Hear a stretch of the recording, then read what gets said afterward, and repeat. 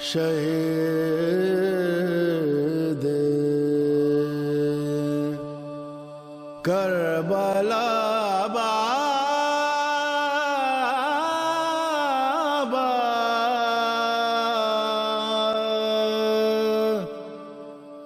غریب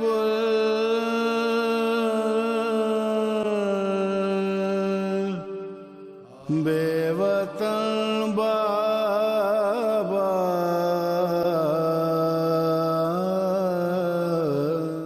فاتحہ اللہم صلی علی محمد و آل محمد.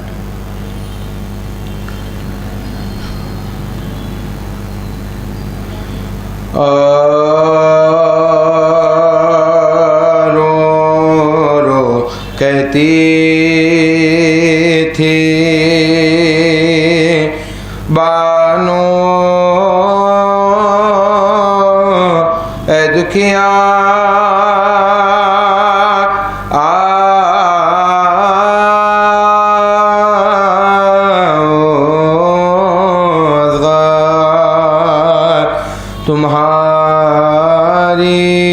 تمہاری بلا لوں تیرا لاشا ہے لاشا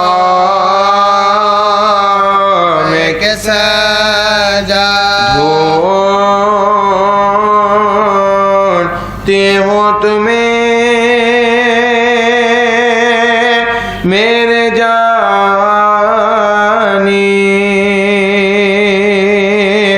ہو کہاں میرے یوسف ثانی پیاس میں تم نے پایا پیاس میں تم نے پایا نہ پانے اب کہاں سے کہوں تم کو لاؤں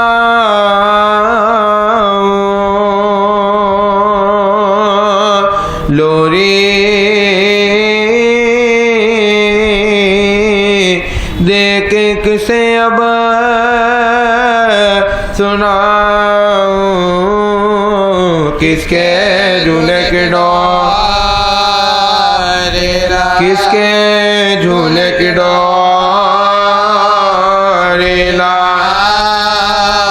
ننہا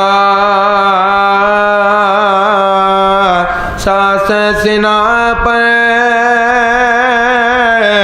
چڑھا ہے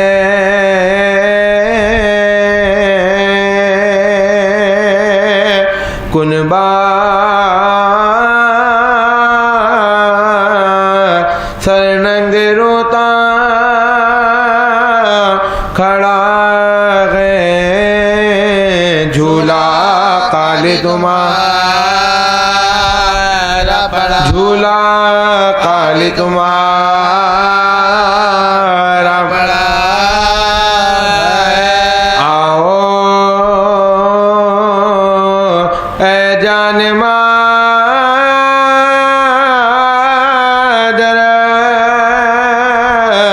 اب آؤ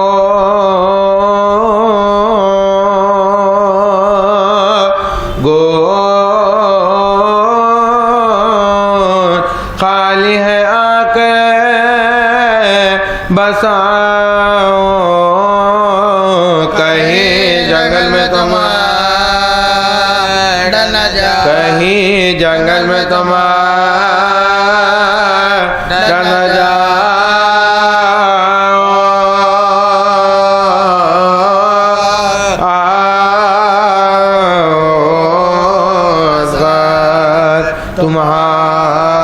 تمہاری بلا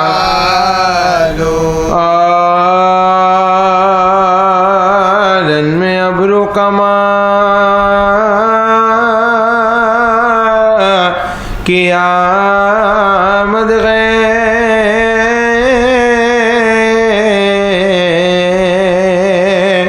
اصغر بے زباں کی آمد گئے بھوکے کی نا توا کیا مد گئے پیاسے کے نیم پیاسے کے نیم جا کیا مد یہی قیمے میں شورا ہوتا ہے وعدہ ان کا بھی پورا ہوتا ہے پیاس نے کہہ دیا گئی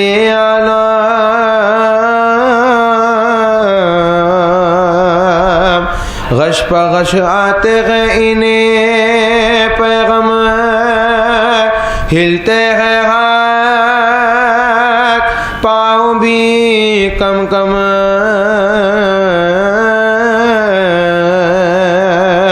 سینے میں اب نہیں سماتا دم غم سے ماتم زدوں کو سکتا ہے ننا سید پڑا سکتا ہے سینہ گرمی کے مارے جلتا ہے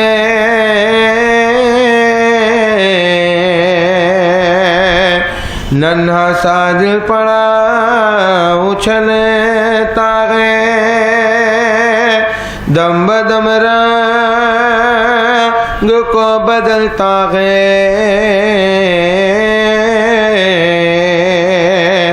بس نہیں کچھ کسی کا چلتا ہے نام پانی کا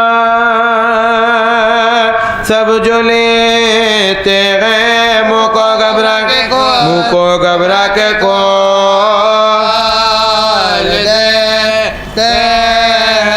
روکے کہتی ہے بانوئی دلگیر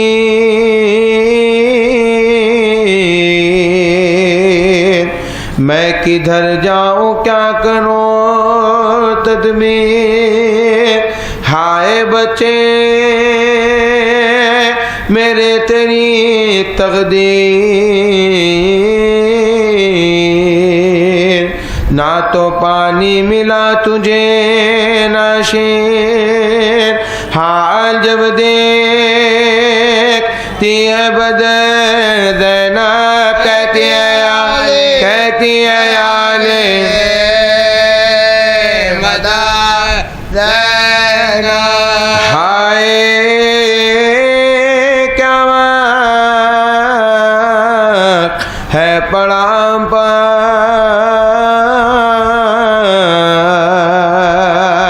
کرنے پائے نہ ماتم اکبر ہوئی در پہ رحلت اصغر اب میں نکلوں گی اوڑھ کر چادر لشکر شام پاس جاؤں گے حال بے شیر کا سنا ہوں گے کہوں گی جا کہ ہوں میں سیدانی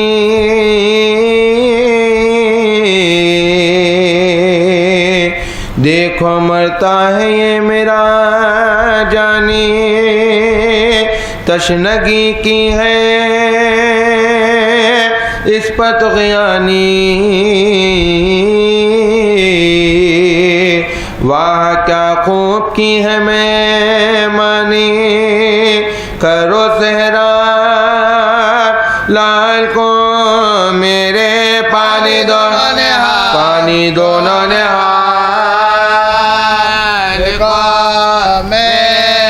روکے کہنے لگے امام غیوم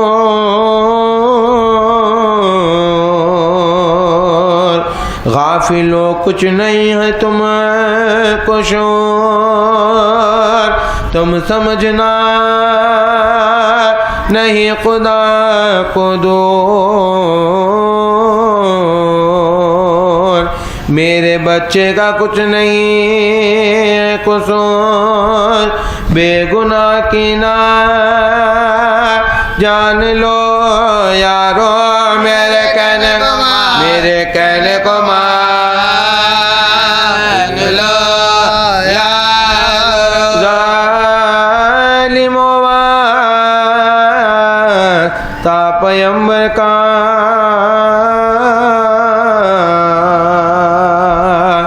دم نکلتا ہے میرے دل بر کا، تر کر حلقے میرے اصغر کا، جام دوں گا میں تم کو کوثر کا، ہرملا بولا آب ملتا ہے، ٹھہرو ٹھہرو ٹھہرو ٹھہرو جواب ملتا ہے، بولے کرتا ہے کیا غضب ظالم،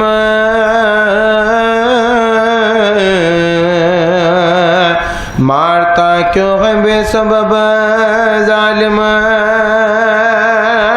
پانی مانگیں گے ہم نب ظالم، سنتا تھا شیخا کہ نقب ظالم، تیر ابرو کمان کو مارا، 6 مہینے کے جان کو مارا،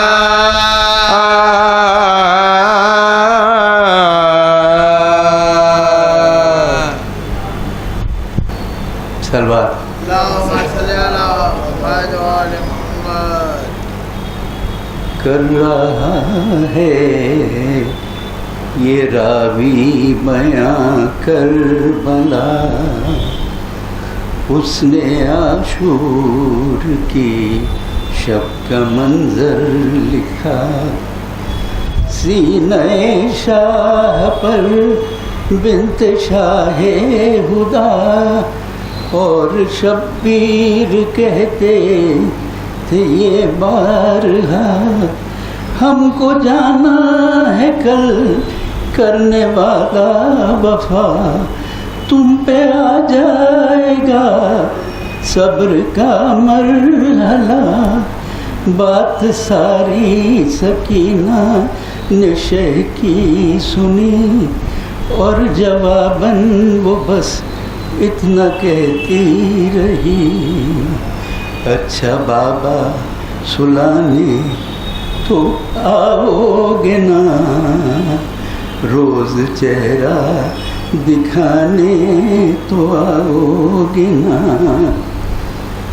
بولے شبیر ہے میری نور نظر، تم کو کرنا ہے اب شام تک کا سفر، تم کو قیدی بنائیں گے اب اہل شر،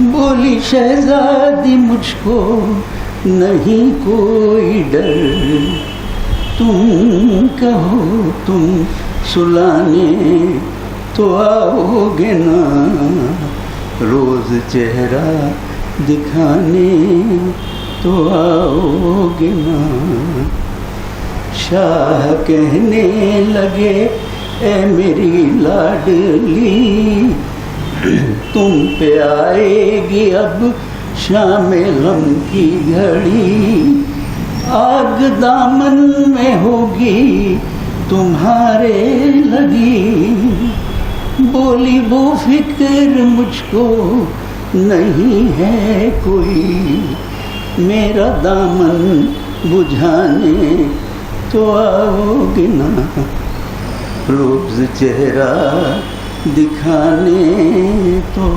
آؤ گے نا، مضطرب دل سے کہنے لگے شاہدی، تیری قسمت میں بیٹی سکون اب نہیں، اب تماچے لگائے گا شمرے لئی۔ سن کے یہ بات کہنے لگی وہ حزین، شمر سے تم بچانے تو آؤ گے نا، روز چہرہ دکھانے تو آؤ گے نا۔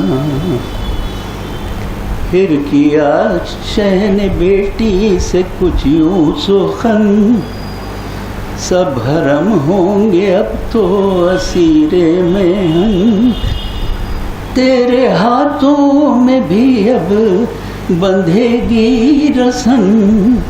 بولی یہ بات سن کے وہ تشنا دہن، تم گلے سے لگانے تو آؤ گے نا، روز چہرہ دکھانے تو آؤ گے نا۔ رو کے شبیر نے اس کے بوسے لیے، بولے رخسار بھی ہوں گے زخمی تیرے، تیرے رونے کے شہزادی دن آ گئے۔ بولی تم کیسے دیکھو گے روتے ہوئے، ہاں مجھے چپ کرانے تو آؤ گے نا، روز چہرہ دکھانے تو آؤ گے نا۔ بڑھتی جاتی تھی بے چینی شبیر کی، ہر ستم وہ اٹھانے پہ راضی ہوئی، زندہ بابا نہ ہوں گے سمجھ نہ سکی، سن کے سب مشکلیں بس یہ کہتی رہی، گر میں روٹھی منانے تو آؤ گے نا، اپنا چہرہ دکھانے تو آؤ گے نا۔ لکھ کے سلمان دل پھٹ رہا ہے میرا،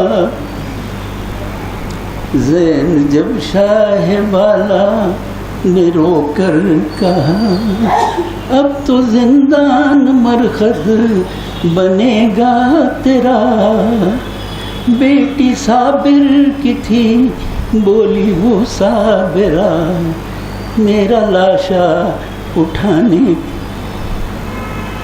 تو آؤ گے نا، روز چہرہ دکھانے تو آؤ گے نا، اچھا بابا سلانے تو آؤ گے نا، روز چہرہ دکھانے تو آؤ گے نا۔ یوں سکینہ نے پکارا، اے میرے بابا حسین، یوں سکینہ نے پکارا، اے میرے بابا حسین، اب نہیں کوئی ہمارا، اے میرے بابا حسین، یوں سکینہ نے پکارا، اے میرے بابا شمر بالی کھینچتا ہے کان سے آ جائے، شمر بالی کھینچتا ہے کان سے آ جائیے، آئیے اب تو خدا را، اے میرے بابا حسین، یوں سکینہ نے پکارا اے میرے بابا حسین رات ہوتی ہے برستی سر پر دیکھی رات ہوتی ہے برستی اس سر پر دیکھی ہے پھٹا کرتا ہمارا اے میرے بابا حسین یوں سکینہ نے پکارا اے میرے بابا ناتواں ہے بیڑیاں ہیں دیجئے آ کر ذرا ناتواں ہے بیڑیاں ہیں دیجئے آ کر ذرا بھائی عابد کو سہارا اے میرے بابا حسین یوں سکینہ نے پکارا اے میرے بابا باندھ کر رسی گلے میں کھینچتا ہے شمر جب باندھ کر رسی گلے میں کھینچتا ہے شمر جب میں نے آموں کو پکارا اے میرے بابا حسین یوں سکینہ نے پکارا اے میرے بابا ہل گیا عرش مولا لاش تھر تھرائی تکی جب سکینہ نے پکارا اے میرے بابا حسین یوں سکینہ نے پکارا اے میرے بابا حسین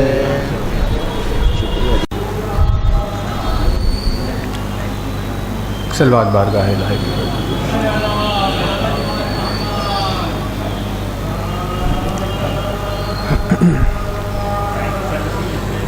ایک اور بلند ترین صلوات پڑھی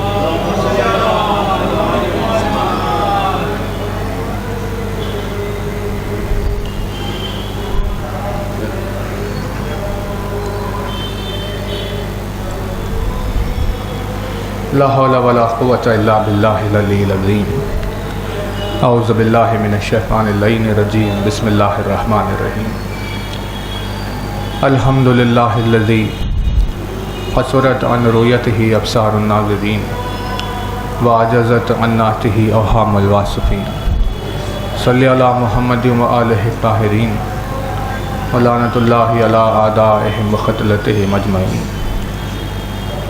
من الان الى قیام یوم الدین اما بعد فقد قال اللہ سبحانہ تبارک و تعالی فی کتابہ المبین وقولہ الحق بسم اللہ الرحمن الرحیم الحمدللہ رب العالمین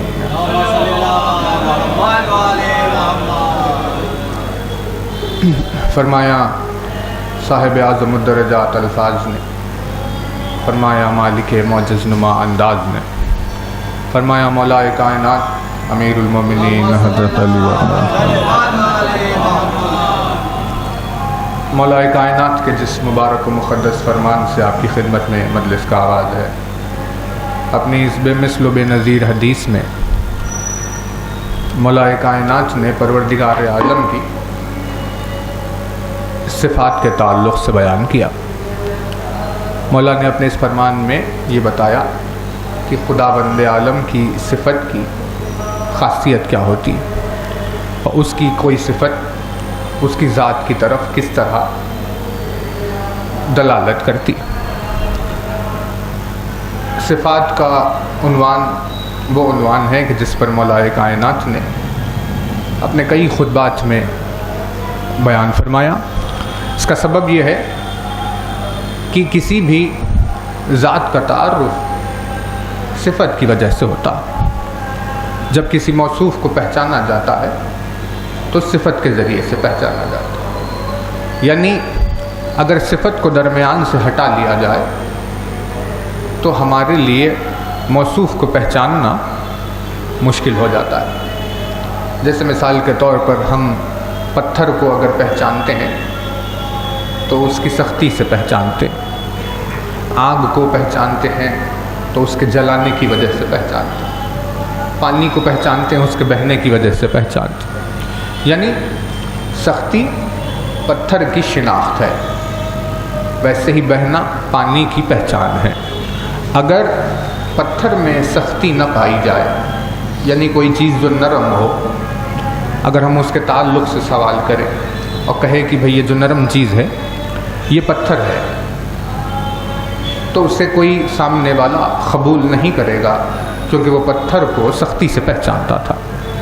یعنی ہر ذات کو، ہر موصوف کو صفت کے ذریعے سے پہچانا جاتا ہے، بغیر صفت کے اسے نہیں پہچانا جائے گا۔ رات کی پہچان اندھیرا ہونا ہے اور دن کی پہچان روشنی ہونا۔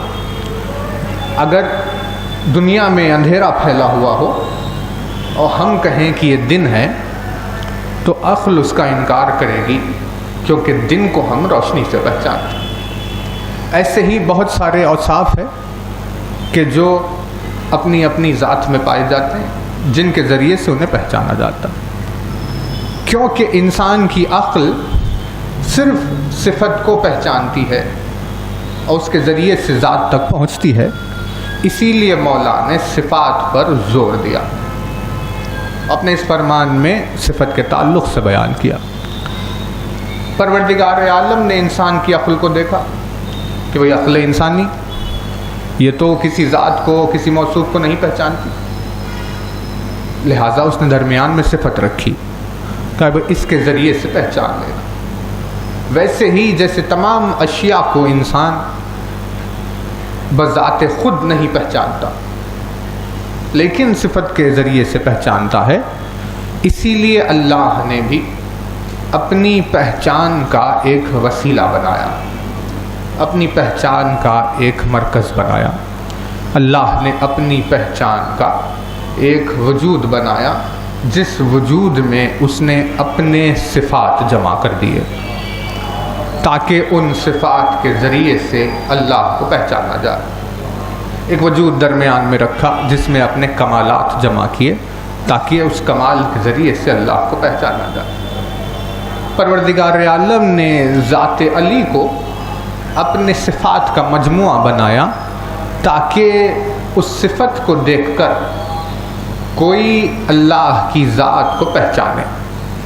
درمیان سے اگر معرفت توحید کے تعلق سے درمیان میں اگر ذات علی کو ہٹا دیا جائے تو پھر کوئی بھی ایسا نہیں ہے جو پروردگار عالم کو پہچان پائے گا، کیونکہ خداوند عالم کو پہچاننے کے لیے جو صفت ایک اکیلا وسیلہ بنا ہوا ہے وہ تمام اوصاف وجود علی میں پائے جاتے ہیں۔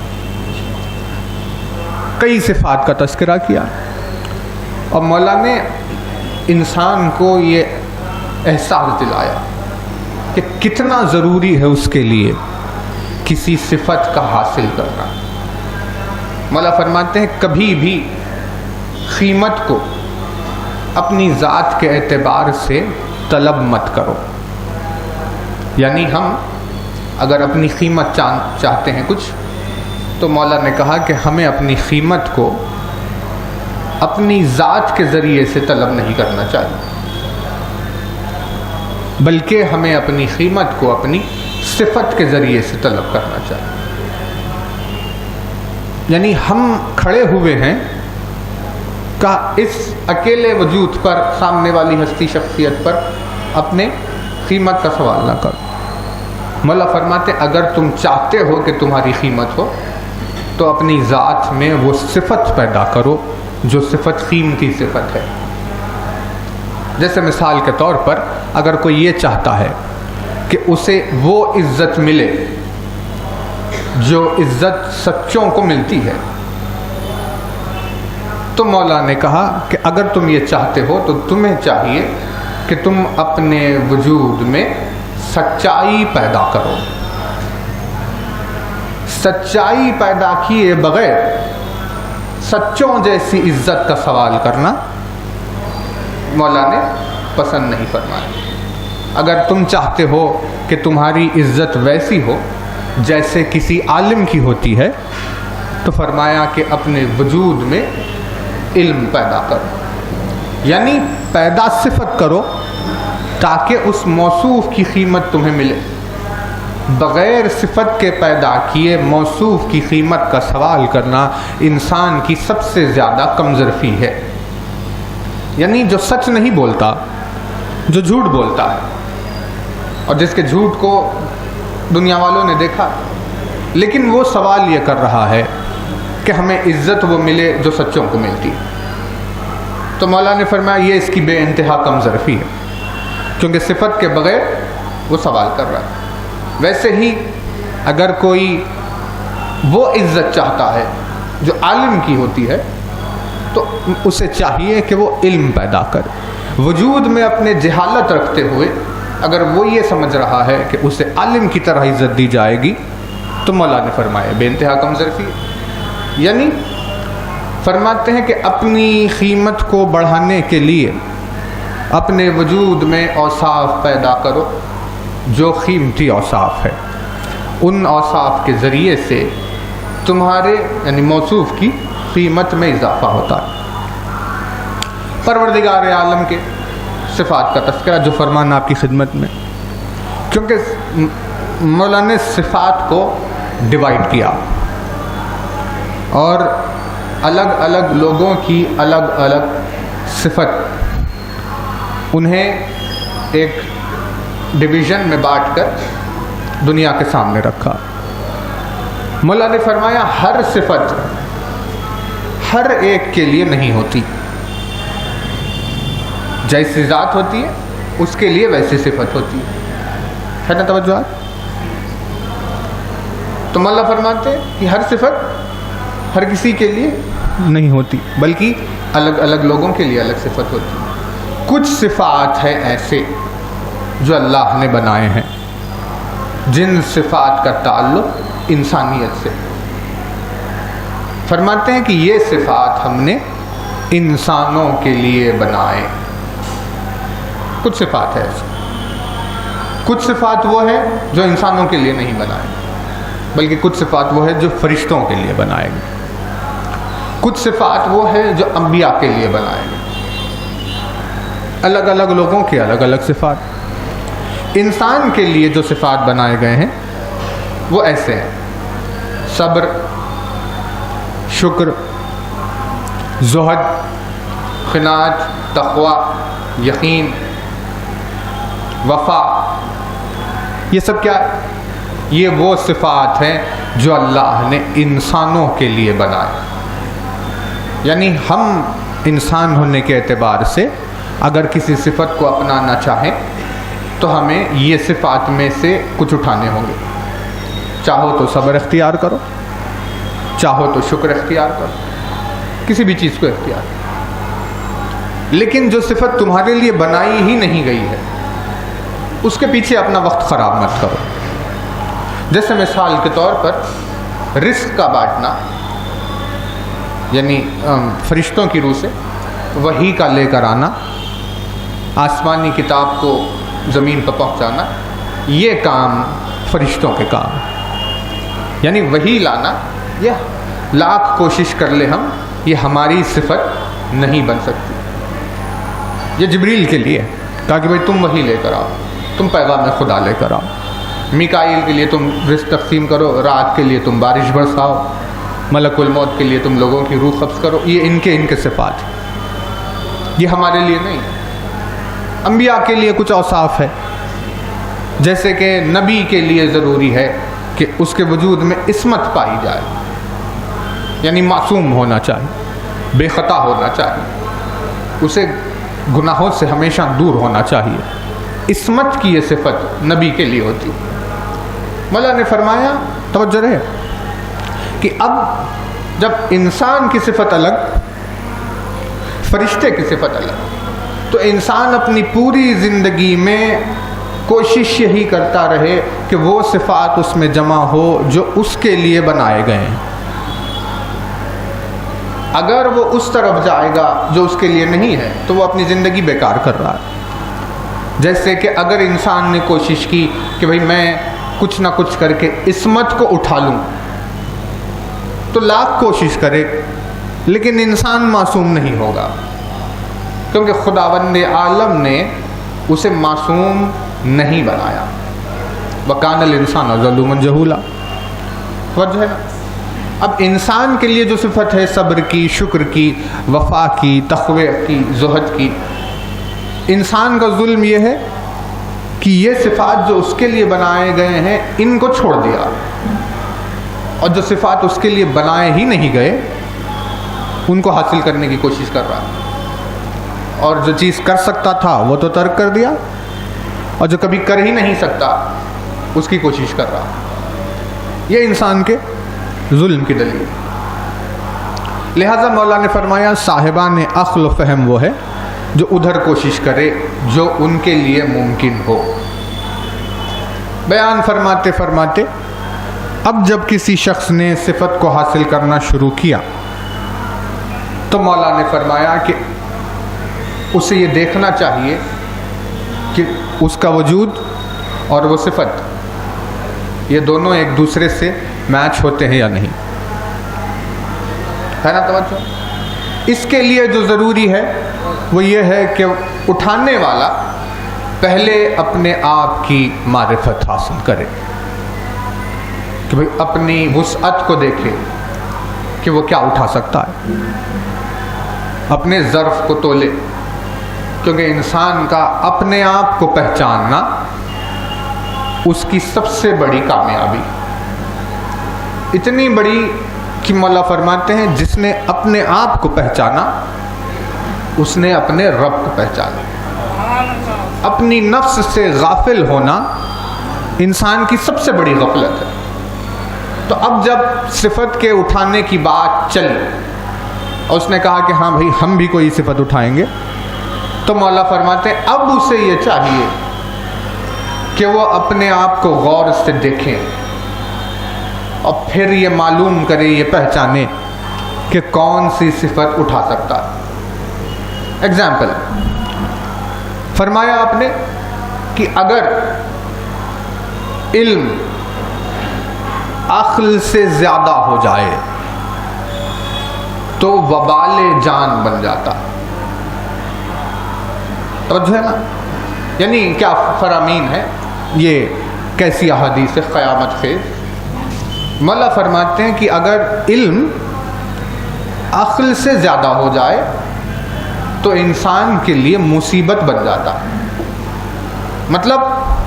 مطلب یہ ہے کہ اس کی سمجھ چھوٹی ہے اور اسے بات بڑی معلوم ہو گئی، تو مولا نے فرمایا یہ بڑی بات کا کم ظرف کو معلوم ہونا خود اس کے لیے ایک بڑی مصیبت ہوتا ہے.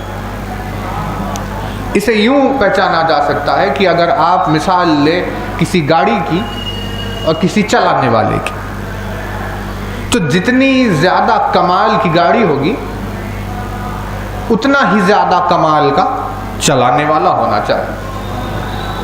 اگر آپ کسی 10 برس کے بچے کو لا کر سپورٹس بائک دے دیں جو ابھی سائیکل کی کوشش کر رہا تھا، اس جستجو میں تھا، اگر اسے تیز رفتار گاڑی مل جائے تو وہ کیا کرے گا؟ یعنی ظاہراً خود بھی نقصان اٹھائے گا، اس سے کسی اور کو بھی نقصان پہنچے گا، کیونکہ وہ اتنا ظرف نہیں رکھتا تھا کہ اسے وہ چیز عطا کر دی جائے. ویسے ہی مولا نے فرمایا کہ عقل سوار کی طرح ہے، سوار چلانے والے کی طرح. اور علم سواری کی طرح ہے، گاڑی کی طرح۔ عقل اگر وسیع ہو تو وہ سمجھ پائے گی کہ علم کو کیسے ہینڈل کرنا ہے۔ کسی حدیث پر نظر پڑی، کسی آیت پر نظر پڑی، کسی بات پر نظر پڑی، کسی بھی چیز کا علم ہوا، اگر عقل ہے تو وہ سمجھ پائے گی کہ اس سے کیا مراد ہے، اسے کہاں سمجھنا ہے، کہاں لے جانا ہے، کہاں سے رکنا ہے، کیا کرنا ہے۔ لیکن اگر کمظرف کے سامنے بڑی بات آ جائے تو وہ خود بھی نقصان اٹھاتا ہے اور دوسرے لوگوں کو بھی نقصان میں پہنچا دیتا ہے۔ اسی لیے مولا نے فرمایا جب صفت کو حاصل کرنے کی کوشش کرنے لگو تو اس وقت پہلے اپنے نفس کو غور سے دیکھو کہ کس صفت کو تم کہاں تک اٹھا سکتے ہو۔ اگر تمہیں یہ معرفت حاصل نہیں ہے کہ تم اپنے ہی نفس کو نہیں پہچانتے تو پھر اب تو تمہارے لیے کوئی بھی صفت فائدہ مند ثابت ہونے والی نہیں ہے نا؟ توجہ۔ تو مولا نے ایسے ہی اٹھانے والوں کے لیے بیان کیا کہ جب تم کوشش کر رہے ہو تو اب کس صفت کے ساتھ اٹھانا ہے۔ اگر ایک چیز اٹھائی، جیسے اگر ترازو کے دو پھڑوں میں سے اگر آپ نے ایک کو اٹھا لیا تو دوسرے کا جو بیلنس خراب ہو جاتا ہے، ویسی ہی مثال مولا نے صفات میں دی اور بیان فرماتے ہیں ایک صفت دوسری صفت کی زینت ہوتی ہے۔ اگر اس کو اس کی زینت کے بغیر اٹھایا جائے تو وہ اکیلی صفت اٹھانے والے کو پریشان کرتی ہے نا؟ کلیئر؟ مولا نے فرمایا دو ہے، یہ اس کی زینت، اگر اس کی کوئی اور زینت ہو تو ایک ایک صفت کو زینتوں کے ساتھ حاصل کرو۔ فرماتے ہیں علم ایک صفت ہے، صبر اس کی زینت ہے۔ علم کو حاصل جب کرنے جاؤ تو صبر کے ساتھ حاصل کرو۔ اگر صبر چھوڑ کر علم حاصل کرو گے تو کیونکہ تم نے اس کی زینت کو قبول نہیں کیا، اسی لیے یہ اکیلی صفت تمہیں ذلیل کر دے گی، تمہیں پریشان کر دے گی، کیونکہ تم نے اس کی زینت کو ترک کر دیا۔ اس کی مثال آپ دنیا میں دیکھ سکتے ہیں ایسے کہ اگر کسی نے کوئی چیز پڑھ لی لیکن اگر ان کے مزاج میں صبر نہیں پایا جاتا، کوئی بات انہیں جو معلوم ہے، اگر لوگوں کے بیچ میں اس بات کے تعلق سے بات ہونے لگی اور سوال اٹھا کہ بھئی یہ کیا ہے، تو یہ وہیں کھڑے ہوئے تھے، یہ فوراً آگے بڑھ گئے اور انہوں نے کہا میں بتاتا ہوں آپ کو یہ کیا ہے۔ یعنی ان کے گمان میں یہ بات تھی کہ جب میں جواب دوں گا تو لوگ خوش ہو کر میری عزت کریں گے، لیکن ہوا یہ کہ بغیر پوچھے جب دخل دیا تو لوگ ان کی طرف عجیب نگاہوں سے دیکھنے لگے، بھئی کیسے انسان بے صبرے کہ ان سے پوچھا بھی نہیں ہم نے اور یہ خود آ کر کہنے لگے۔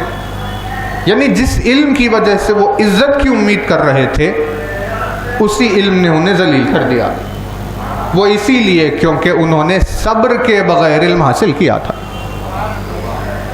تو اسی لیے مولا نے فرمایا کوئی بھی صفت اکیلے نہیں، اس کی زینت کے ساتھ اٹھانی ہے۔ علم کو صبر کے ساتھ، عبادت کو معرفت کے ساتھ، رکوع کو طول کے ساتھ، سجدے کو یقین کے ساتھ، ایسے 50 صفات علی نے گنائے کہ یہ اس کی زینت ہے، یہ اس کی زینت ہے، یہ اس کی زینت ہے، اس کے ساتھ اسے حاصل کرنا۔ اور جو ہے نا، یعنی جب یہ بیسک رول بنا تو ظاہر بات ہوئی کہ اب وہ وجود جس میں پروردگار عالم نے اپنے صفات جمع کیے ہیں، اس وجود کے لیے لازمی بات یہ ہے کہ اس کے وجود میں ہر صفت اس کی زینت کے ساتھ پائی جاتی، اور صفات معبودیت جب کسی میں جمع ہو جائے تو اس کی زینت ہے کہ وہ ان صفات معبودیت کے ساتھ بندگی کا اظہار کرے تاکہ وہ میزان باقی رہے، تاکہ وہ میزان برقرار رہے۔ اسی لیے اپنے وجود میں وہ جمع کرنے کے بعد جب علی نے سجدہ کیا تو یہ پیمانہ توحید کے تواضع کا ہو گیا، جس میں وہ زینت کے ساتھ جمع ہوئی اور عبادت کا ایک نیا رنگ سامنے آیا۔ تو مولا نے یہ ترغیب دی، اور جب خداوند عالم کے اوصاف کی طرف آئے تو بیان فرماتے ہیں۔ توجہ رہے، ارشاد ہوا کہ خدا کوئی بھی صفت اس کے بے نیاز ہونے کی دلیل ہوتی۔ خداوند عالم کی کسی بھی صفت کا نام لو تو وہ صفت اس کے بے نیاز ہونے کی دلیل ہے۔ جیسے مثال کے طور پر اگر آپ نے صفت اٹھائی خالق، یہ خدا کی صفت ہے، تو خالق یعنی خلق کرنے والا، تو مولا فرماتے ہیں اس کی کوئی بھی صفت اس کی بے نیازی کی دلیل ہے۔ خلق کرنے والا اور خلق ہونے والے، تو خلق ہونے والے اپنے وجود کے لیے خلق کرنے والے کے محتاج ہے، لیکن خلق کرنے والا خلق ہونے والوں کا محتاج نہیں ہے۔ رازق، رزق دینے والا، تو جو رزق بانٹ رہا ہے وہ بے نیاز ہے، جو رزق کھا رہا ہے وہ نیاز مند ہے۔ یعنی روٹی کھانے والے کو روٹی دینے والے کی ضرورت ہے، لیکن روٹی دینے والا خود غذا کھانے سے بے نیاز ہے۔ خالق، رازق، حاکم، قادر، عادل، اس کی کوئی صفت آپ اٹھائیں تو مولا فرماتے یہ اس کی صفت اس کے بے نیازی کی طرف اشارہ کرتی ہے، کہ اگر تم نے قادر کہہ کر اسے پکارا جو کہ اس کی صفت ہے، تو قادر بے نیاز ہوتا ہے، مقدور ضرورت مند ہوتا ہے، مقدور نیاز مند ہوتا ہے۔ تو خداوند عالم کے صفات بے نیازی کی دلیل۔ اب مولا فرماتے ہیں کہ اب اگر تم نے خدا کی کوئی صفت حاصل کرنے کی کوشش کی، اس صفت کو اپنے وجود میں پیدا کرنا چاہا ایک بندے کی روح سے، یعنی جیسے مثال کے طور پر علم ایک مشترک صفت ہوئی نا، علم بندوں میں بھی پایا جاتا ہے، خدا میں بھی پایا جاتا ہے، سخاوت بندوں میں بھی پائی جاتی ہے، خدا میں بھی پائی جاتی ہے، رحم بندوں میں بھی پایا جاتا ہے، خدا میں بھی پایا، تو کچھ صفات ایسے ہیں جو دونوں میں پائے جاتے ہیں، لیکن خلاقیت، رزاقیت، معبودیت یہ صرف اس میں پائی جاتی ہے۔ تو یہ جو صفات ہے جو دونوں میں سیم ہوتے ہیں، مولا فرماتے ہیں اگر ان میں سے کسی ایک صفت کو تم جمع کرنے کی کوشش کرو گے تو اس کے نتیجے میں تم میں بھی بے نیازی پیدا ہوگی۔ اگر تم وہ صفت اپنے وجود میں پیدا کر رہے ہو تو نتیجتاً وہ صفت تمہیں بے نیاز بنائے گی، کیونکہ خدا کی ہر صفت اس کے بے نیاز ہونے کی دلیل ہوتی۔ تو اب اگر کوئی چاہے کہ بھئی وہ رزاق ہے، اب رزاق تو اس کی ذات ہے، لیکن ہم بھی کسی کو کھانا کھلائیں گے، تو کیونکہ اس کی صفت کی نقل کی، اسے دہرانا چاہا کہ بھئی وہ سب کو روٹی بانٹتا ہے، ہم سب کو نہیں، ایک 4 لوگوں کو روٹی بانٹ دیں گے۔ تو یہ 4 لوگوں کو جب روٹی بانٹنے لگے تو بانٹتے بانٹتے بانٹتے محلے میں مشہور ہو گئے کہ بھئی اگر آپ کو بھوک لگ رہی ہو تو آپ وہاں چلے جائیے، کیونکہ وہ روٹی بانٹتے ہیں۔ یہ شہرت آپ کی بے نیازی کی دلیل ہو گئی، کیونکہ اب آپ روٹی کے لیے کسی سے سوال کرنے نہیں جا رہے، لیکن لوگ روٹی کا سوال لے کر آپ کے پاس آ رہے ہیں، کیونکہ آپ نے خدا کی ایک صفت حاصل کی، اسی لیے آپ میں بھی بے نیازی چھنکنے لگی۔ وہ بات اور ہے کہ اس بے نیازی کا لیول بہت چھوٹا ہے، لیکن ہے تو بے نیازی۔ ویسے ہی اگر کسی نے علم حاصل کیا تو بھئی اب علم حاصل کر کے بہت زیادہ پڑھ لکھ کر قابل بن گئے، تو اب سوال پوچھنے کے لیے لوگ ان کی طرف آ رہے ہیں، یہ سوال پوچھنے کسی کے پاس نہیں جا رہے، یعنی ضرورت ان کی ہو گئی اور یہ لوگوں کی ضرورت سے بے نیاز ہو گئے۔ اب یہ اپنے وجود میں بے نیاز، سوال کرنے والے ان کے ضرورت مند، کیونکہ انہیں سوال کا جواب چاہیے اور علم انہوں نے حاصل کیا، لہذا اس جواب کی خواہش میں یہ ان کے پاس آنے لگے۔ توجہ ہے نا؟ یعنی بات کی آواز یہ ہو رہی کہ جس نے خدا کی کسی بھی صفت کو اپنے وجود میں شامل کیا اس صفت نے اسے بے نیاز بنایا. بہت ہی چھوٹا لیول انسان کا جتنا بھی اس نے حاصل کی، لیکن اتنی حد تک بے نیاز ہوا. اب ہوتے ہوتے ہوتے انسانیت میں کچھ نام ابھر کر آئے، جن ناموں میں ایک نام سلمان کا نام ہے. اور کیونکہ ایک روایت میں آج کی یہ تاریخ جناب سلمان کی شہادت کا روز ہے، اسی لیے آپ کی خدمت میں تھوڑا سا ان کا ذکر کر. ایک نام سلمان کا ابھر کر آیا کہ سلمان نے اپنے وجود میں صفات پیدا کی. کون سے؟ جو سلمان کو ذات علی میں بہت پسند آئے، ان میں سے کچھ انہوں نے اپنے وجود میں جمع کیے.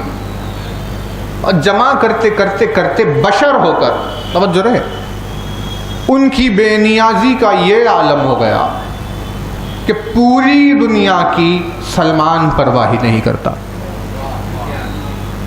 یعنی ان کے غنی ہونے کا یہ عالم ہوا، صفات جمع ہوتے ہوتے ہوتے کہ اب پوری دنیا ان کے بارے میں کیا سوچتی ہے، پوری دنیا کا ان کی طرف کیا خیال ہے، یا پوری دنیا کے سامنے کوئی حاجت ہو، کوئی چیز، کسی چیز کا سوال سلمان نے کبھی دنیا سے نہیں کیا. اور ایک بشر ہو کر دنیا سے بے نیاز ہو گیا. سوال کرنا عیب ہے نا، سوال کرنا ایک صفت ہے، لیکن دیکھیے صفت کے کیسے رنگ بدل جاتے ہیں. جب سوال کرنا ایک صفت مخلوق سے کیا جائے تو عیب ہے، خالق سے کیا جائے تو زینت ہے. بھئی سوال ہی تو ہے، روٹی کا سوال تھا، لیکن اگر مخلوق سے کیا جا رہا ہے تو یہ سوال عیب ہو گیا. لیکن اگر اس سے مانگا جا رہا ہے تو یہ سوال اس کی بندگی کی دلیل ہو گیا. یعنی جب بارگاہ بدلتی ہے تو اس صفت کا اثر بھی تبدیل ہو جاتا ہے. سلمان نے اپنے وجود میں بے نیازی حاصل کرتے کرتے اس منزل تک پہنچے کہ کبھی بھی دنیا سے کسی چیز کا سوال نہیں کیا، کیونکہ دنیا سے سوال کرنا عیب ہے. لیکن اپنی اس سوالیہ صفت کو زینت دی کہ جب بھی کسی چیز کا سوال پیدا ہوتا تھا وہ علی کی بارگاہ میں سوال کرتے تھے، جس کی وجہ سے ان کا سوال کرنا زینت ہوا. یعنی ہے ایک بشر، طے کرے بشریت میں اللہ نے ایک وجود ہمارے سامنے ایسا رکھا جو دنیا سے بے نیاز ہو گیا.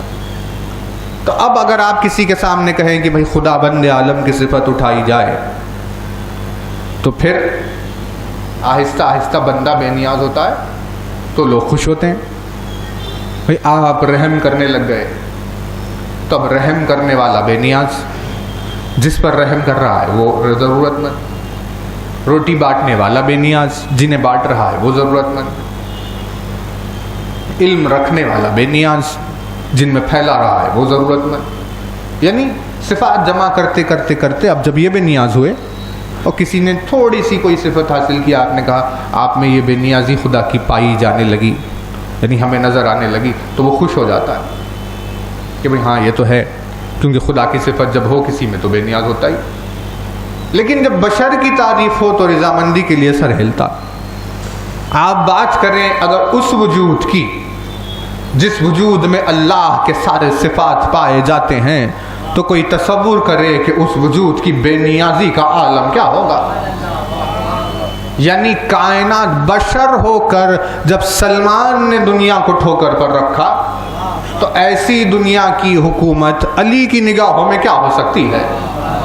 علی اس وجود کا نام ہے جس کی بے نیازی کا یہ عالم ہے کہ کائنات و کونین ساری اگر جمع ہو جائے تو اس کی بارگاہ کے آگے عاجز، اور اس کے وجود میں بے نیازی توحید چھلکتی ہے. مولا نے کہا کہ بھئی صفت جمع کرے، ایسے ہی ہوگا.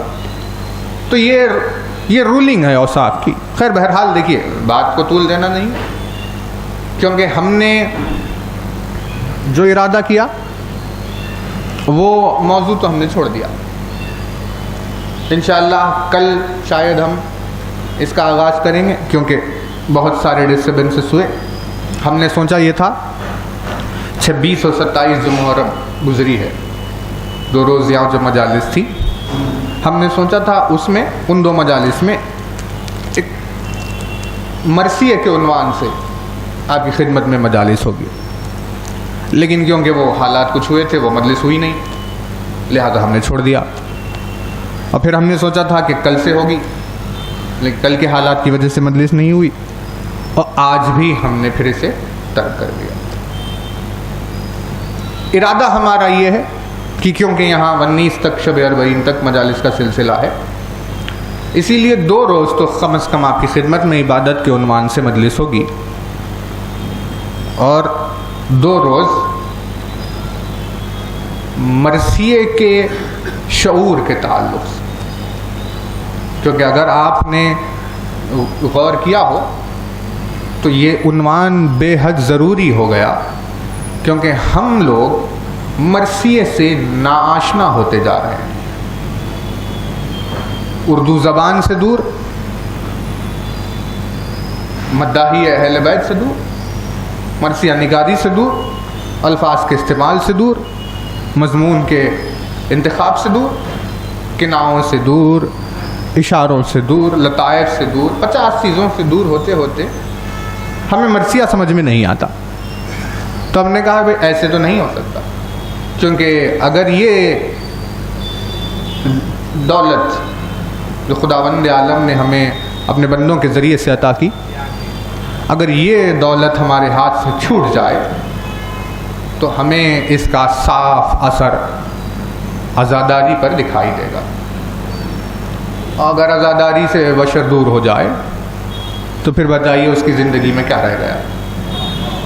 بھائی انسان کی جو زندگی ہے دنیا میں ہو یا آخرت میں، قیمت خدا کی بارگاہ میں حسین پر بہنے والے آنسوں کی وجہ سے۔ کوئی اگر یہ تصور کر رہا ہے کہ وہ ہم اس کے عبادت کرنے والے بندے ہیں، نماز و روزہ و حج و زکوٰۃ کے پابند ہے جو بھی ہے، تو بارگاہ خدا میں بشر کی عبادت کی کوئی قدر و قیمت، کہاں اس کی عظمتیں اور کیا ہمارا سجدہ؟ بھلا ہم کبھی اس کی شان و شوکت کے اعتبار سے سر جھکا سکتے ہیں؟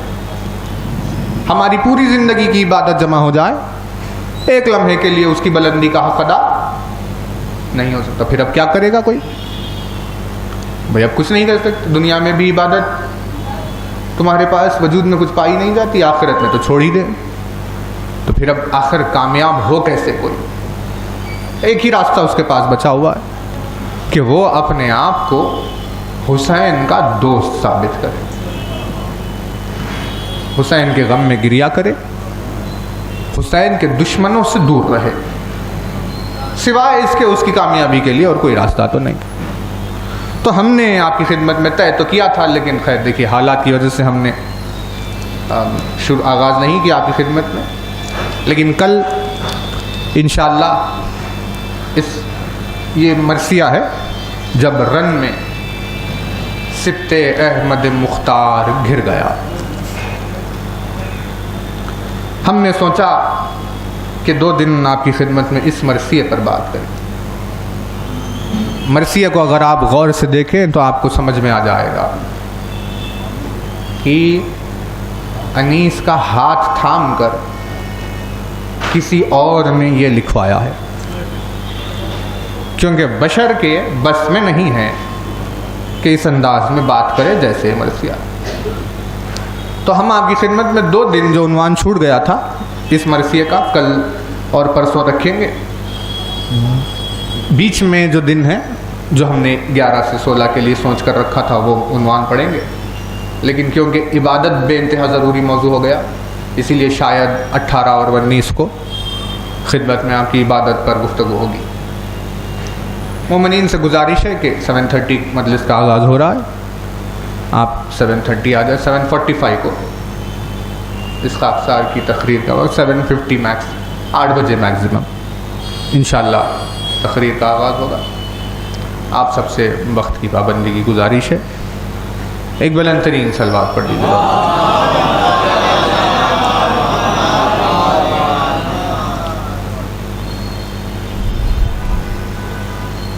مرثیہ نگاری چاہے وہ نوحہ خوانی ہو، وہ ذاکری ہو یا کوئی چیز، یہ وہ کوششیں ہیں کہ جن کے ذریعے سے ایک بشر اپنے آپ کو غم حسین سے جوڑے رکھتا ہے۔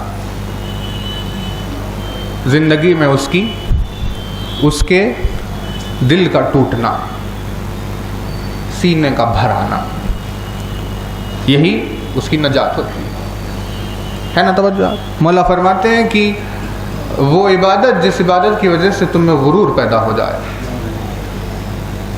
اس سے بہتر تو وہ گناہ ہے جس گناہ کے بعد تمہیں شرمندگی ہوتی۔ کیا کہہ دیا تو نے یا علی؟ فرماتے ہیں گناہ جس پر تمہیں ندامت ہو اس نیکی سے بڑھ کر ہوتا جس نیکی کے بعد تم میں غرور پیدا ہو جائے۔ یعنی قرب خدا، توجہ رہے، اللہ کے قریب کوئی بندہ مصلی سے، جوف کعبہ سے، مسجد سے، محراب سے، ممبر سے، ان چیزوں کے ذریعے سے اللہ کے قریب نہیں ہوتا۔ کوئی بندہ اللہ کے قریب ہوتا ہے اپنے دل کے ٹوٹنے کی وجہ سے، کوئی بندہ اللہ سے قریب ہوتا ہے اپنے سینے کے بھر آنے کی وجہ سے۔ اسی لیے آپ کو آنسوؤں کی قسمیں ملتی ہے۔ سب سے پہلے آپ کو جو ملے گا، جس میں بیان فرماتے ہیں ندامت کا آنسو، ہے نا؟ 50واں حدیث ہے، ندامت کا، پچھتاوے کا آنسو جو کسی کے دل میں ہوتا ہے کہ اے میرے پروردگار، یہ میں نے کیا کر دیا، کاش کہ مجھ سے یہ عمل نہ ہوتا۔ اس افسوس میں نادم ہو کر جو آنسو نکلتا ہے، مولا فرماتے یہ آنسو اسے سحر سے لے کر مغرب تک کے روزے سے زیادہ اللہ کے قریب لے کر جاتا ہے نا توجہ؟ یعنی بھائی 10 دن مصلی پر عبادت چل رہی ہے، فرماتے ہیں وہ 10 دن کی عبادت ایک طرف اور 1 گھنٹے کے ندامت کا گریا ایک طرف کا، وہ جو ندامت سے دوسری قسم آپ کو ملے گی جس میں بیان کیا گیا خوف خدا، خشوع و خضوع کے سبب سے آنسو، یعنی خداوند عالم کی خوف، یعنی توجہ رہے، خوف یعنی جہنم کا خوف نہیں کہ جل جائیں گے تب خاتمے میں چلے جائیں گے کیا ہوگا، بلکہ خوف ہے خداوند عالم کی ناراضگی کا خوف، کہ کاش کہ تو مجھ سے ناراض نہ ہوتا۔ اور وہ جو ڈر اس کے دل میں صبح و شام رہتا ہے کہ جہاں وہ اپنے وجود کو دیکھتا رہتا ہے کہ کوئی تو ایسا کام نہیں ہے جس سے وہ ناراض ہو جائے، اسے کہتے ہیں خشوع و خضوع والا ندا، خوف خدا کا آنسو۔ اتنی بڑی ان کی قیمت ہے، اتنی بڑی قیمت ہے۔ آپ سوچئے کہ 10 برس کا ظلم اور ایک ندامت کا آنسو کتنی بڑی صفت ہے۔ یعنی آپ اگر گھر میں دیکھیں، خداوند عالم مومنین کو اختلاف سے بچائے، لیکن اگر کبھی ناراضگی ہو جائے، کچھ ہو جائے، 5 6 برس بھائیوں نے آپس میں بات نہیں کیا، جو بھی ہوا، خدا اس صفت سے مومنین کو بچائے، اس کیفیت سے بچائے۔ لیکن کبھی اگر ایسے ہو جائے کہ جہاں 1 مہینہ بات نہیں کیا، ناراض ہے وہ بھائی اپنی زندگی میں، یہ بھائی اپنی زندگی، ہوتے ہوتے سامنا ہوا کسی دن 1 مہینے کے اس بے رخی کے بعد، اور آنکھ سے نکلا ایک شرمندگی کا آنسو، اس ایک آنسو نے پورے مہینے بھر کی رنجشوں کو مٹا دیا۔ جب ندامت سے گریا ہونے لگا تو بھائی نے ہاتھوں کو پھیلایا اور بھائی کے سینے لگ گیا، کہا سب ختم۔ ارے بھائی اتنی پریشانیاں درمیان میں ہمیں پہنچائی تھی، تکلیفیں اتنی رنجش ہے، کہا سب کیا ہوا؟ کہا نہیں، چونکہ نادم ہو کر رو رہا، اور جو ہے نا اس کے انسانیت کی دلیل بن گیا، احساس و جذبات کے زندہ ہونے کی دلیل بن گیا وہ آنسو۔ تو سمجھ میں آیا کہ ہاں جانور تو نہیں ہے، حیوان تو نہیں ہے، انسان ہونے کی روح سے سرزنش کی، کوئی غلطی ہوئی یا جو بھی ہوا خطا کی، لیکن مزاج میں اپنے حیوان نہیں ہے کیونکہ رو رہا ہے ندامت کا۔ ایک بشر اتنا کمزور ہونے کے بعد کسی کو نادم ہو کر اپنے سامنے روتے ہوئے دیکھتا ہے تو پرانی چیزوں کو بھلا کر سب معاف کر دیتا ہے. کوئی سوچے کہ پروردگار عالم کی ذات جب کوئی بندہ نادم ہو کر اس کے سامنے رو رہا ہو تو اتنی زیادہ رحم کرنے والی ذات بھلا کس گناہ کا حساب کرے گی. اسی لیے فرمایا ندامت کے آنسو غرور والی عبادت سے بہت افضل ہوتے. یہ ہوا. ایک کہا خوف و خشوع والی، پروردگار عالم کی ناراضگی سے ڈر کر رو رہا ہے کہ ہائے وہ مجھ سے ناراض نہ ہو. بہت بڑے رتبے، یعنی احساس کی گہرائیاں سینے میں اترے تب کہیں جا کر اس گہرائی پر برپا ہونے والے سیلاب و تلاطم سے آنکھ سے آنسو نکلتا. ورنہ تو نادم ہو کر آج کل کون روتا ہے بتائیے؟ آج کل آپ کو تکلیف دے کر رلانے والے مل جائیں گے، لیکن کوئی نادم ہو کر رونے والا ملے گا؟ ندامت کا احساس اس وقت ہوتا ہے جب اس کے وجود میں انسانیت زندہ ہو. بہت بڑا رتبہ ہے نادم ہو کر رونے والے کا. دنیا ٹھیک ہے نہیں روتی، لیکن ہم تو رونے سے آشنا ہے. ہمارے لیے ضروری ہے کہ ندامت کے آنسو ہمارے آنکھوں میں رہے. اب فرمایا کہ بڑھ گیا درجہ اس وقت خوشی و خضوع میں رونے لگا. اب پروردگار عالم کو اتنی پسند آئی یہ ادا کہ اس نے اپنی کتاب میں ذکر کیا ان لوگوں کا، اور فرمانے لگا کہ بھئی ہمارے یہ نیک بندے جو صبح و مساء گریہ و زاری میں مبتلا رہتے تھے، وہ روتے رہتے تھے. زکریا کا نام چاہے اس نے گنایا ہو، چاہے نوح کا نام گنایا ہو، یا جو بھی ہو، کتنے انبیاء جن میں صفت پائی جاتی ہے گریہ کرنے. اتنا عظیم ان کا رونا خداوند عالم نے قرآن میں آیتیں بنا کر نازل. لیکن جیسے ہر شے کو اس کی معراج حاصل ہوتی ہے، ویسے ہی آنسوؤں کو بھی ان کی معراج حاصل ہوئی. کہا بھائی نادم ہو کر رو رہا ہے، کہ اس کا یہ اثر کہ انسان کو ندامت کے آنسو کا جب وقار سمجھ میں نہیں آیا تو وہ آگے کیا بڑھے گا؟ خوشی و خضوع کے آنسو تو ہمیں کبھی سمجھ میں ہی نہیں آئیں گے، کیونکہ ان انبیاء کی طرح گریہ بشر نے کیا ہی نہیں. اتنی بلند مقامات پر کہ جہاں عقل نہیں پہنچ رہی ہے پہلی منزل، لیکن جب معراج حاصل ہوئی اور آنکھ سے آنسو نکلا حسین کے نام پر، تو ندامت کا ایک آنسو جب برسا برس کی رنجشوں کو دور کرتا ہے، خوشی و خضوع کے آنسوؤں کا یہ عالم ہے. کوئی کیا سوچ رہا ہے اس بات پر کہ غم حسین میں نکلنے والا ایک آنسو اس کے ماضی کو تبدیل کر دیتا. اور پھر اب جب مجلس میں غربت حسین پر رونے کے بعد جب وہ مجلس سے اٹھ کر باہر جاتا ہے تو ویسا ہی ہے کہ جیسے ابھی ماں سے پیدا ہوا کہ نام اعمال اس کا ان آنسوؤں نے دھو دیا. خداوند عالم کی تعریف میں آیتیں نازل ہوئی کہ بھئی زکریا ہے، ہمارے انبیاء ہے، جتنے نام ہیں کا ایسے روتے تھے تعریف میں نام، لیکن کوئی آنسو نہیں ہے ایسا سوائے غم حسین کے جس کے لیے رومال سیدہ آگے بڑھا. کہا ٹھیک ہے تم نادم ہو کر رو رہے ہو، تمہاری یہ ادا ہمیں بہت پسند آئی، تم ہمارے خوش و خضوع میں رو رہے ہو، ہمیں بہت پسند آیا، تو بھائی تمہیں اس گریہ کا بہت بڑا اجر دیا جائے گا، لیکن یہ آنسو میں وہ وقار نہیں ہے کہ رومال سیدہ آنکھ تک پہنچ جائے، لیکن ایک آنسو ہے حسین کے غم میں نکلنے والا، جس آنسو کے سبب سے دست سیدہ عزادار کی آنکھ کے قریب آتا. آنسوؤں کو، غم حسین میں نکلنے والے آنسو کو اپنے رومال میں جمع کیا، رونے والے کو ہاتھ اٹھا کر دعا دی.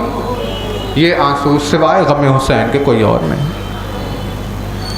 یہ ایام جو 11 سے 20 صفر کے ایام ہیں، یہ ہمارے لیے گریہ کے ایام، رونے کے ایام. مجلس عزا انسان کے رتبے کو کہاں سے کہاں پہنچاتی ہے.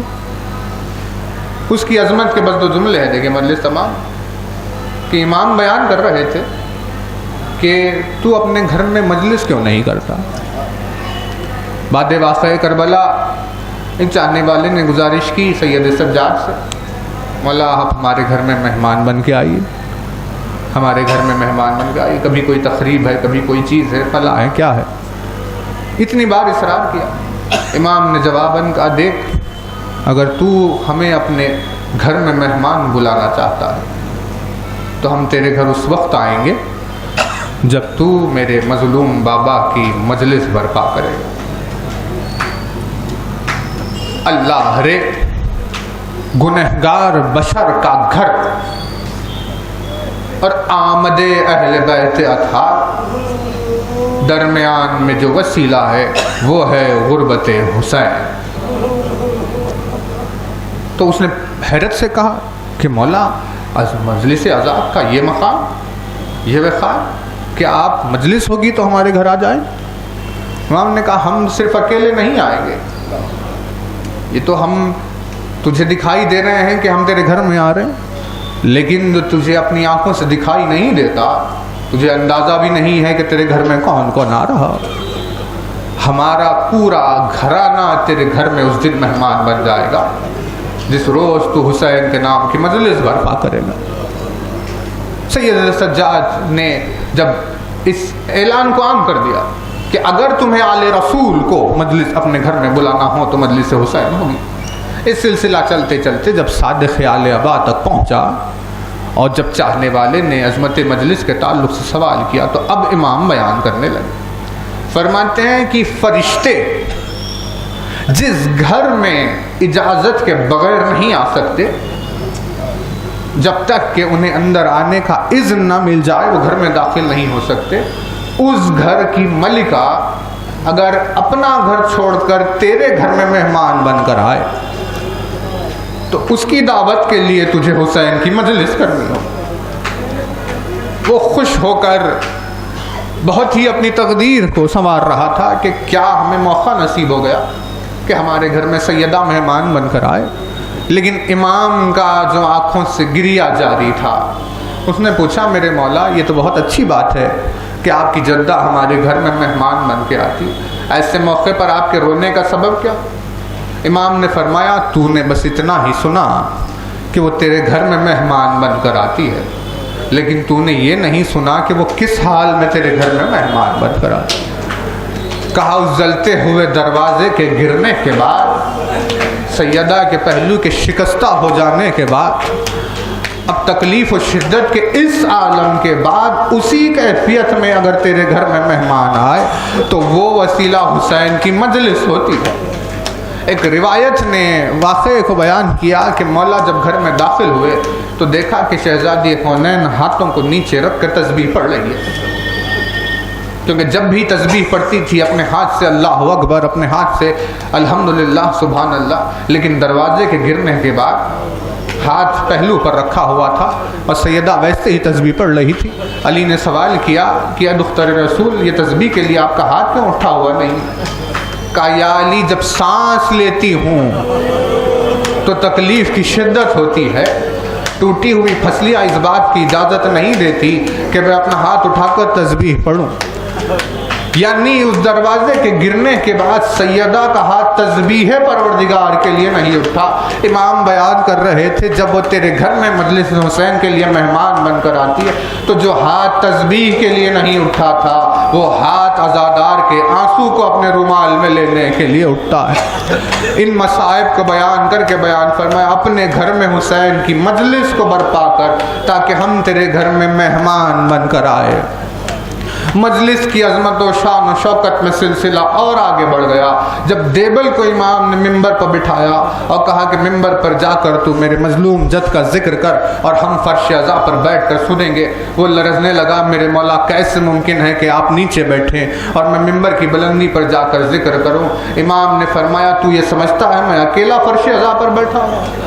تجھے اندازہ نہیں ہے کہ میرے ساتھ کون کون فرش عزا پر بیٹھے ہوئے، اور دلاسا دے کر ممبر کی بلندی پر پہنچایا۔ لیکن کچھ دیر میں جو گریے کی شدت ہوئی تو دیبل کو امام نظر نہیں آئے۔